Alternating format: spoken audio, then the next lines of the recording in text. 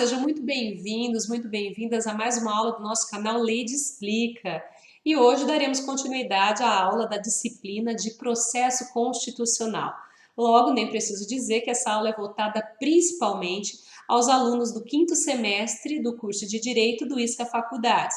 O que saliento não impede que todos assistam, já que o conhecimento deve ser democrático, deve ser compartilhado e esse é o objetivo do nosso canal.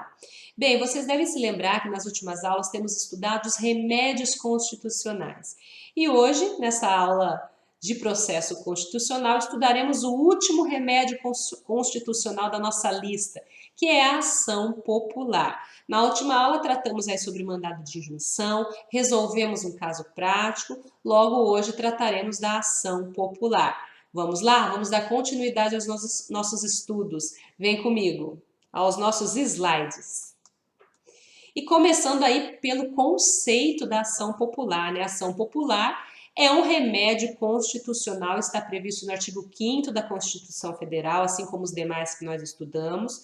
Remédio constitucional é aquela pílula, né? Aquele remedinho rápido para que possamos aí tutelar direitos fundamentais previstos na nossa Constituição.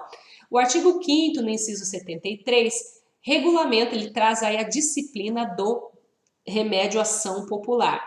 Ele fala o seguinte: qualquer cidadão é parte legítima para propor ação popular que visa anular ato lesivo ao patrimônio público ou de entidade de que o Estado participe, à moralidade administrativa, ao meio ambiente e ao patrimônio histórico e cultural, ficando o autor, salvo comprovada má-fé, isento de custas judiciais e do ônus da sucumbência.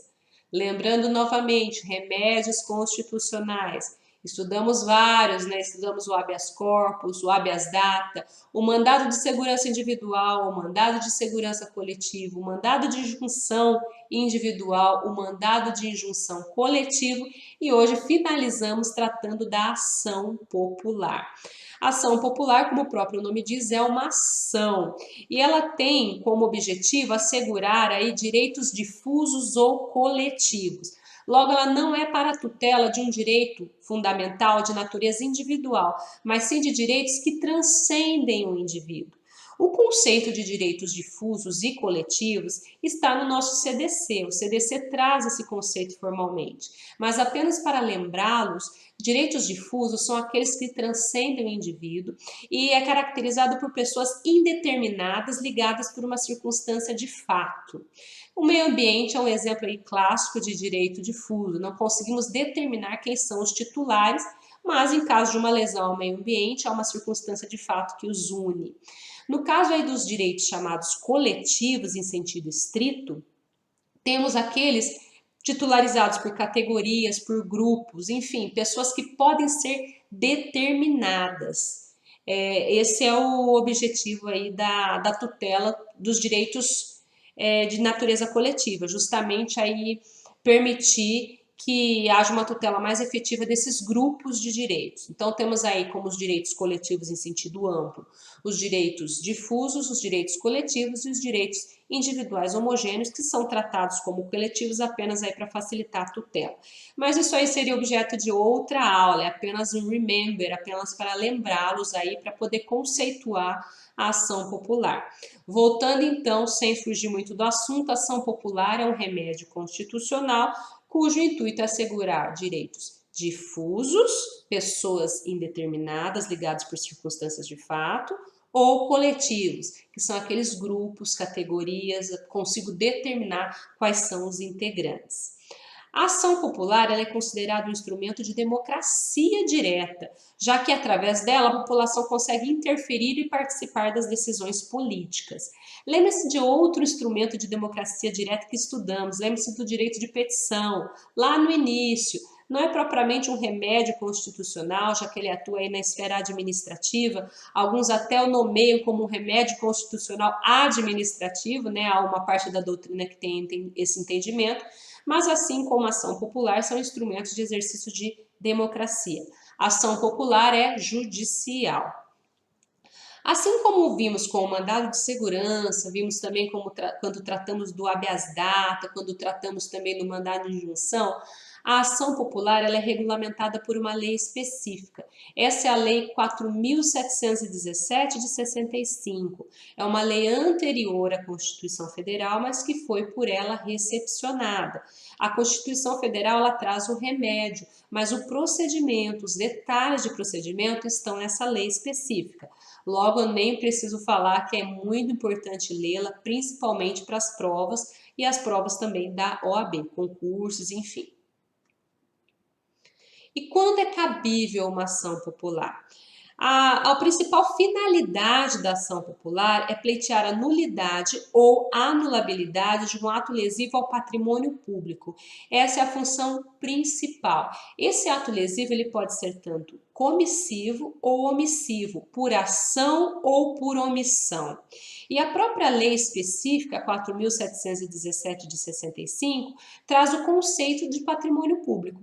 Patrimônio público, para os fins dessa lei, são os bens e direitos de valor econômico, artístico, estético, histórico ou turístico.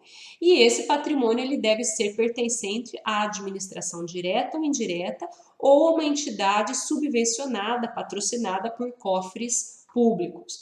Mas essa não é a única finalidade aí da ação popular. A ação popular ela também se presta, como o próprio texto constitucional fala, a anular ato lesivo também, que à moralidade, ao meio ambiente e ao patrimônio histórico e cultural que está dentro de patrimônio público, né, como o próprio conceito trazido pela Lei 4.717 já dispõe.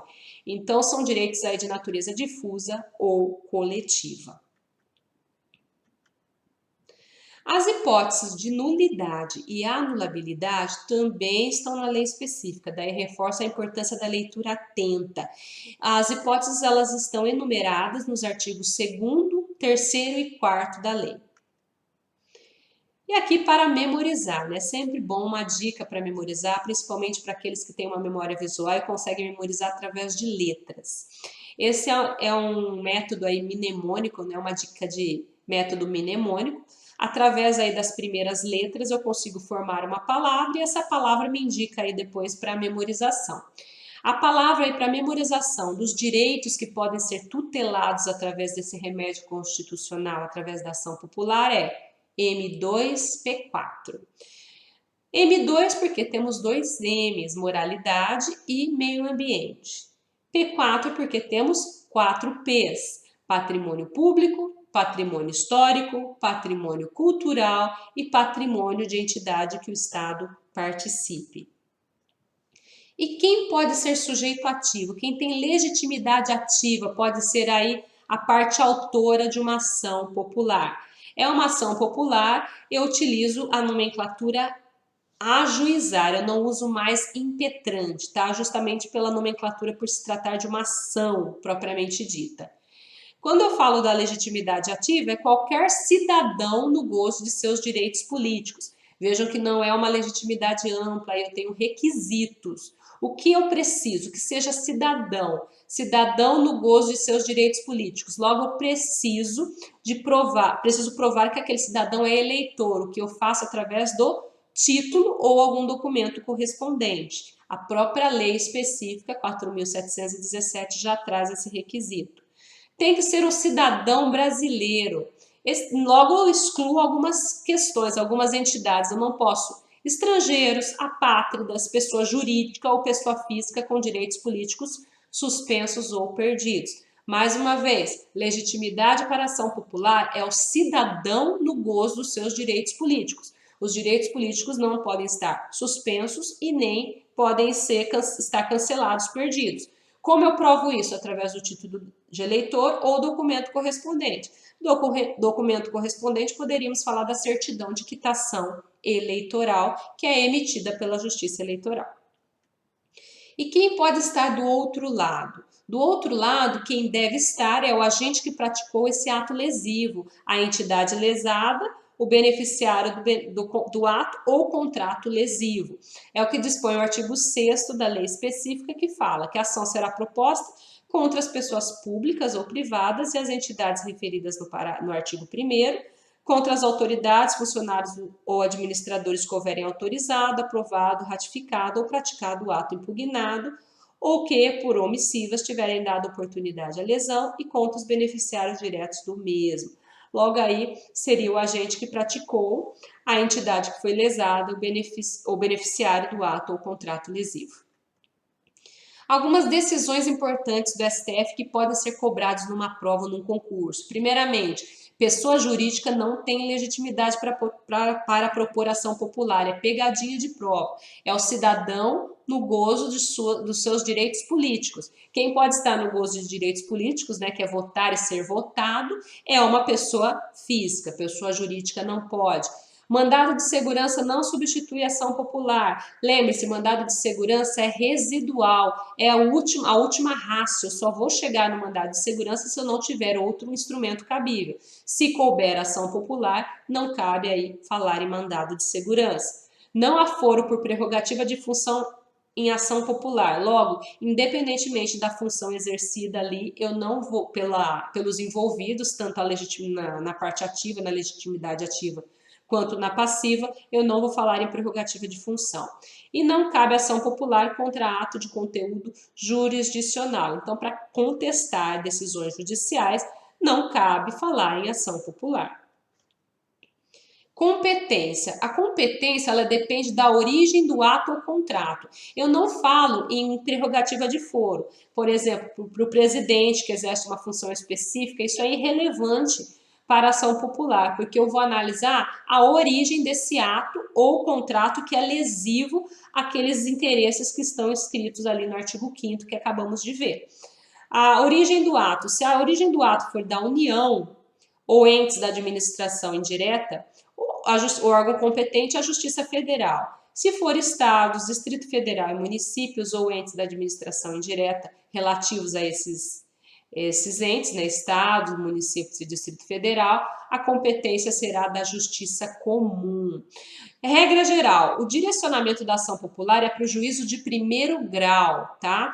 E logo a exceção seria no STF. Se houver mais de um ente interessado, prevalece o de hierarquia superior. Então, se eu tiver aí na origem do ato que é mesclado aí da União e do Estado, a competência será da Justiça Federal, porque o órgão superior aí é a União. A ação, então, como eu já disse, é proposta em regra no primeiro grau e só vai ser julgada pelo STF nos casos indicados no artigo 102, inciso 1, a linha F e N da Constituição Federal, que fala aqui nas causas e conflitos entre União e Estados, União e Distrito Federal, ou entre uns e outros, inclusive as respectivas entidades da administração indireta, na ação em que todos os membros da magistratura sejam direta ou indiretamente interessados é aquela em que mais da metade dos membros do tribunal de origem estejam impedidos ou sejam direta ou indiretamente interessados. Logo, é exceção. A regra, reforço, juízo de primeiro grau, Justiça Federal ou Justiça Comum, a depender da origem do ato, se é um ato da União ou se é um ato dos estados e municípios. Cabe medida cautelar na ação popular, é o que dispõe o artigo 5º, parágrafo 4º da Lei 4.717. Logo, na defesa do patrimônio público, caberá a suspensão liminar do ato lesivo e impugnado.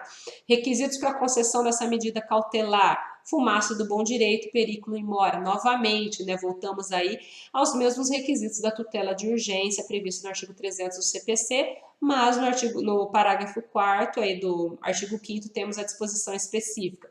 Logo, cabe cautelar, aquela medida antecipatória, né, antes do mérito, para em caso aí de uma fumaça do bom direito e um perigo da demora.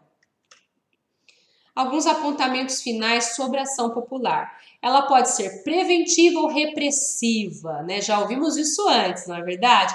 Já vimos quando falamos aí, por exemplo, do habeas corpus, ele pode ser repressivo ou preventivo. Preventivo quando é ajuizado antes do ato, quando há um risco, mas o ato ainda não foi concretizado.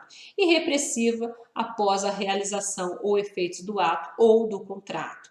Tem prazo, mas o prazo aí não é aqueles 120 dias do mandado de segurança, não. São 5 anos. Está previsto no artigo 21. É um prazo prescricional e não decadencial. Risquem aí, anotem que é prescricional. Se é prescricional, ele se sujeita às regras de suspensão e interrupção.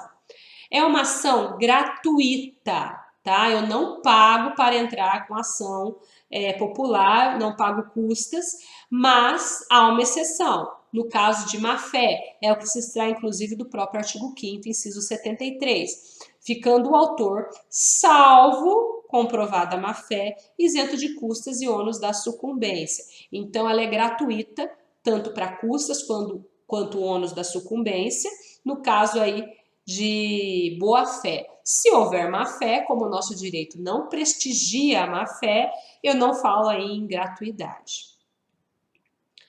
4. Se o autor que entrou com a respectiva ação perde a causa, ele está livre de pagar as sucumbências, se ele está de boa fé. Entretanto, pode haver condenação com sucumbência do réu se este for o perdedor da causa, o que deve ser requerido na petição inicial pelo autor. Aquelas custas, eu falo de isenção com relação ao autor, mas o réu ele pode ser condenado aí ao pagamento dos honorários de sucumbência, né, os honorários sucumbenciais. O artigo 12 ele fala isso da lei específica, que a sentença incluirá sempre na condenação dos réus o pagamento ao autor das custas e demais despesas judiciais e extrajudiciais diretamente relacionados com a ação e comprovadas, bem como dos honorários de advogado. O objetivo da norma, né, em linhas gerais, é justamente o quê? É um meio de tutela e de exercício de cidadania, de tutela de direitos muito importantes e participação do cidadão, por isso é a característica essencial aí do autor, ele deve ser cidadão no gozo dos seus direitos políticos, é a oportunidade de ele participar. Logo, é um mecanismo democrático que deve ser facilitado. Se eu imponho aí o ônus de pagar custas e pagar honorários ao autor, que é aquele que está buscando tutelar aí o patrimônio público, direitos difusos e coletivos, eu vou colocar uma dificuldade. Então, para que não haja esse entrave inicial, se há boa fé, eu não vou cobrar custas e não vou cobrar honorários de sucumbência caso ele venha a perder. Mas se há má-fé, o direito não prestigia a má-fé, logo eu não vou aí observar essa isenção, no caso de má-fé. 5. A lei de ação popular indica que o processo correrá pelo procedimento ordinário. Atualmente, o CPC prevê apenas o procedimento comum, de forma que a ação popular tramitará também pelo procedimento comum, que é o procedimento regular aí do CPC. Aplica-se o CPC no que couber a ação popular. Então, naquilo que a lei específica, a Lei 4.717 de 65 for omissa, eu aplico o Código de Processo Civil, que é a lei geral. O Ministério Público, mais uma vez, deve participar do processo como fiscal da lei, como fiscal da ordem jurídica. Tanto é que o artigo 7º ele fala que o juiz, ao despachar a inicial, ordenará, além da citação dos réus, a intimação do representante do Ministério Público. Muito importante constar isso na petição inicial. E por ser um remédio constitucional, observação logo abaixo, a ação popular só se aplica a casos concretos. Se existe aí a discussão da lei em tese, eu não vou me utilizar da ação popular, tá bom? Porque a lei em tese seria um controle abstrato de constitucionalidade, por exemplo. Então, é outro mecanismo que vai ser estudado. E para nos ajudar aí na fixação de todos esses conceitos trazidos, eu tenho uma tabela, um quadro sinótico, que nos ajuda aí de forma organizada a visualizar os principais conceitos da ação popular. Primeiramente, a finalidade da ação popular é anular ato lesivo ao M2P4, que são aqueles 2 M's e os 4 P's, né? Aqueles direitos que nós já vimos.